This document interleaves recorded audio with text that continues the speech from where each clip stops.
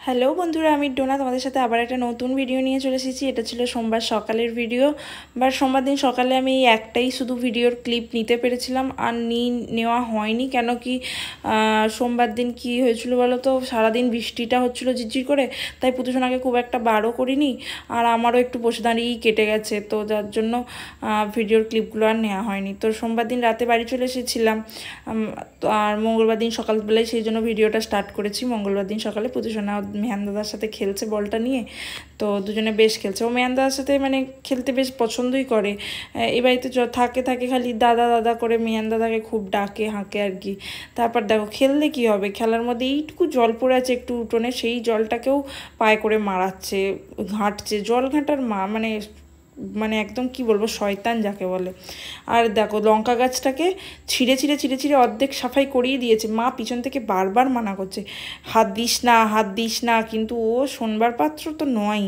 সেই লঙ্কা গাছটাকে ছিঁড়ছে, ডগ সমেতই কতবার ছিঁড়ে দিয়েছে জানো। তারপর দেখো কোথা দিয়ে হাঁটছে, সোজা রাস্তায় হাঁটতে তো বাচ্চারা শেখেনি, মনে হয় শেখে না। তারপর দেখো জুতোগুলো এনে হঠাৎ করে আমাকে বলছে কি করে দেখাচ্ছে, মানে ওকে পরিয়ে দিতে হবে, ও বেড়াতে যাবে। যেই পরিয়ে দিয়েছি মা ওকে নিয়ে একটু ঘুরিয়ে নিয়ে এসেছে।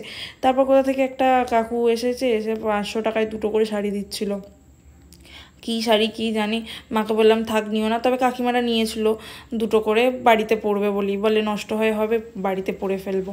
তারপর মা এদিকে জলের সেঁক দিচ্ছিল, দেখো না হাতটা ফুলেও আছে, ব্যথাও হয়ে আছে। কি জানি কী হবে, একদিন ভাবছি তো মানে এরই মধ্যে একদিন ডাক্তারের কাছ থেকে ঘুরিয়ে নিয়ে আসবো আর কি।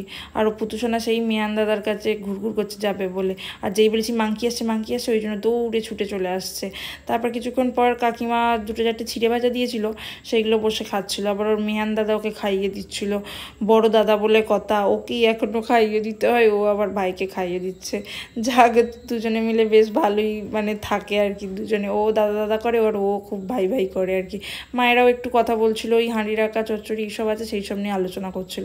তারপর বিকেলের দিকে ফুচকাওয়ালা এসেছিলো। পুতুসোনার তো একদম আনন্দে খুশিতে আত্মহারা আর কি, ফুচকা হলে আর কি চাই। তারপর পাশের বাড়ির বৌদিও তার ছেলে মেয়েকে নিয়ে এসেছিলো আর কি ফুচকা খেতে। আর এখানে বৌদি সন্ধেবেলা সন্ধে দিচ্ছিল বেদিতে, আর পুতুসোনা যেতে যেতে দাঁড়িয়ে গেছে সন্ধে দেওয়া দেখছিল। ও বাড়িতে থাকলেও মোটামুটি সন্ধ্যের টাইমটা সন্ধে দেওয়াটা বাড়িতে দিলে না দেখে খুব, তো এখানেও দাঁড়িয়ে গিয়েছিলো একটু দেখছিলো। তারপর বাপি 8টা সাড়ে 8টা নাগাদ ফিরেছে, আর এই ছোলা ভাজাটা নিয়ে এসেছিলো। সত্যি বলতে এগুলো ছোটোবেলাতেই কিনে খাওয়া হতো, এখন আর খাওয়া হয় না আর কি। চলো আমরা খাই আজকে এতটুকুই। ভালো লাগলে লাইক করো, সাথে দেখো। Bye, thank you.